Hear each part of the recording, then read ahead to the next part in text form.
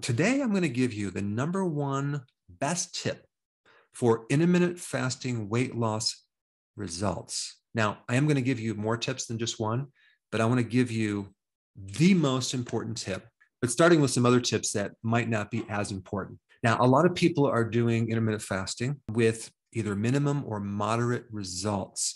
They're not achieving what they could achieve if they knew what I'm about to tell you. So if you're going to do fasting, might as well do it correctly and get as much results as you can.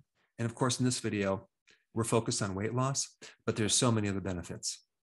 Building a new immune system, growing new brain tissue, improving your mood, improving your cognitive function, focus, memory, concentration, and dropping your inflammation, whether you have an autoimmune problem or you have allergies or you have irritable bowel syndrome or arthritis.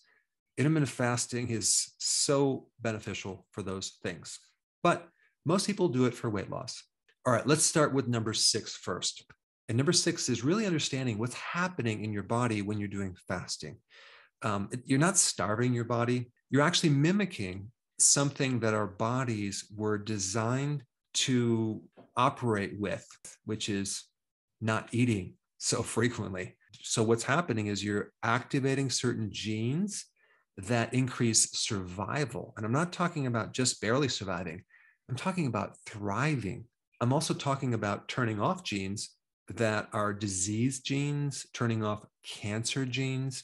Basically, you just turn off the bad stuff and you turn on the good stuff. You're actually targeting improving insulin sensitivity.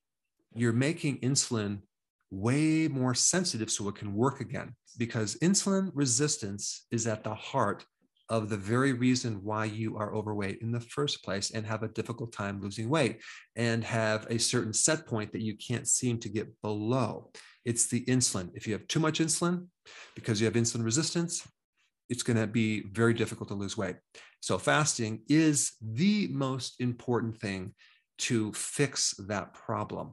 In fact, fasting is the most important health creating thing you can do in your life. So many diseases and chronic health problems are connected to high insulin. And so you're fixing years of bad eating and eating way too many carbs when you do fasting. All right, so that understanding is very, very important going into this, because it's not just a little thing. You're doing something very, very important. All right, number 5, adding HIIT, or high intensity interval training. Now, what is high intensity interval training? Well, that is short periods of high intense exercise with a good amount of rest. So you're doing this full body exercise, but not very long, just short intervals. That way you can spike growth hormone by 700%. You can produce way better results in doing the treadmill thing for 45 minutes at a moderate pace. So high intensity interval training will greatly help you if you don't do it too frequently. You want to do it once or twice a week with a lot of rest in between, because if you do it like some people I know every day, the results just go way down. Why? Because you don't have a chance to recover, and all of your results occur in the recovery. So we want to create this stimulus and then let the body recover and do its magic. And so if we combine this type of exercise with fasting, we're going to see better results. All right, number 4, there are certain herbal teas that specifically target those insulin receptors and make insulin more sensitive.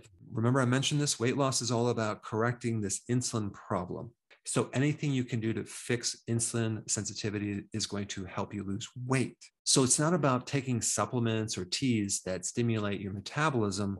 It's about drinking teas or even supplements that help this insulin sensitivity. And there's 2 teas that I'm going to recommend. One is berberine, which is probably just as effective as a medication called metformin, which they use for diabetes. Metformin helps you improve insulin sensitivity, and so does berberine. So berberine would be a great tea to start drinking through the day. The other tea that's really good is green tea. So both of those teas are what I'm going to recommend.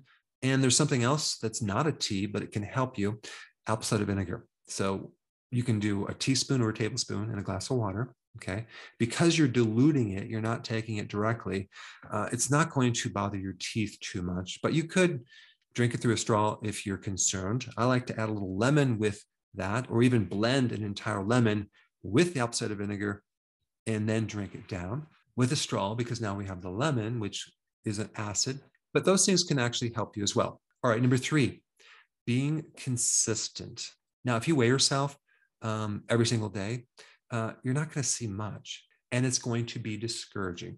If you look at yourself in the mirror from one day to the next, you're not going to see any difference because it's going to be so gradual. And the chances of you dropping off go up if you're discouraged and you don't see results. So the best thing to do is take a picture of yourself, don't show anyone, and do another picture of yourself maybe in 2 weeks, or even, this is better yet, a month. So you can really see some changes that are occurring. You have to really acknowledge that this problem has been going on for a very, very long time, and it's going to take some time to undo. And in the process of doing this, it can be discouraging if you're not seeing results, but just realize it is working. And one of the best indicators to know it's working is that your appetite and cravings will go away. That's what I want you to focus on, as well as maybe your clothes fitting looser, maybe your energy improving, your mood improving, but not the weight loss. It's get healthy first, then lose weight, not the other way around. Your body considers this extra fat as a survival mechanism, and it doesn't like to get rid of survival. So what you have to do is focus on really getting your body healthy. And a big part of that is fixing insulin. And it takes some consistency. If you're doing it sort of, or let's say you're doing the ketogenic diet, like not quite consistent, your results are not going to be there. And so you're going to have to really bite the bullet and do it for real. Just a tiny bit of carbs, whether that's a half a glass of wine every other day, or maybe a little snack of some carbohydrate, like a piece of bread, can severely block your progress for up to 48 hours. So if you're doing something that's not on the program every other day and you're not seeing results, realize that you just knocked yourself out of ketosis, and you never give your body a chance to be in ketosis long enough to really see the results. It's the little things that you need to avoid that will make a huge difference. Number 2, doing the healthy version of the ketogenic diet with intermittent fasting. They both complement each other. What are we trying to do? We're trying to fix insulin resistance. How do you do that? Well, you lower your carbs and you don't eat so frequently. And this is why intermittent fasting with lowering your carbs is going to be essential. If you're doing intermittent fasting and you're eating a lot of carbs, don't expect a lot of great results unless your metabolism is already really good and you haven't created insulin resistance, which is rare. Most people have insulin resistance. They just never were tested by it because their doctor never did a test called HOMA-IR and never evaluated the fasting insulin levels, okay? They looked at the blood sugar levels, but not the fasting insulin levels. If you want more information about that, I put a link down below. Now, with number 2 recommendation, healthy ketogenic diet, I want to emphasize nutrient-dense foods on this program. So I highly recommend you don't make a habit of eating out much. Why? Because the food at restaurants, unfortunately, has too many bad things, and they don't focus on nutrient-dense foods. And there's a lot of like omega-6 corn oils and soy oils in the food, and you really don't know what you're getting. So it's better if you control your own food and focus on things like eggs, salmon, grass-fed hamburger, big salads. The more nutrient empty your foods are, the more of that food you have to eat to get healthy. So why not focus on nutrient-dense foods? Unfortunately, farmers are paid on weight and yields, not the nutrition in those yields. So I've done a lot of videos on this, and I will put some links down below. But doing the healthy version of keto with intermittent fasting is number 2 in importance. All right, let's do number one. Are you sitting down for this? Okay. Transition from your 2 meals a day to 1 meal a day. That's called OMAD. Now, why is this so important? Well, you get 23 hours of fasting. And that's when the magic happens. When you transition from this 18 hours of fasting or 16 hours of fasting or 20 hours of fasting to 23 hours of fasting. It's huge.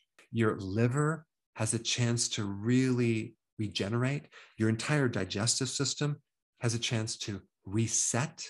The insulin receptors that have been so downgraded start becoming extremely sensitive. Your ketones start increasing by 3 times. And your body is finally becoming fat adapted to the point where if you did go off the program, your body can bounce back fairly easily. In other words, if you do OMAD, your body becomes a fat burning machine. So my most important tip for intermittent fasting is to do a lot of it, okay? Especially if you have a slow metabolism, especially if you're not seeing results with weight loss. Now that you have some really important information underneath your belt, you need the details of how to do intermittent fasting. And I put that video up right here. Check it out.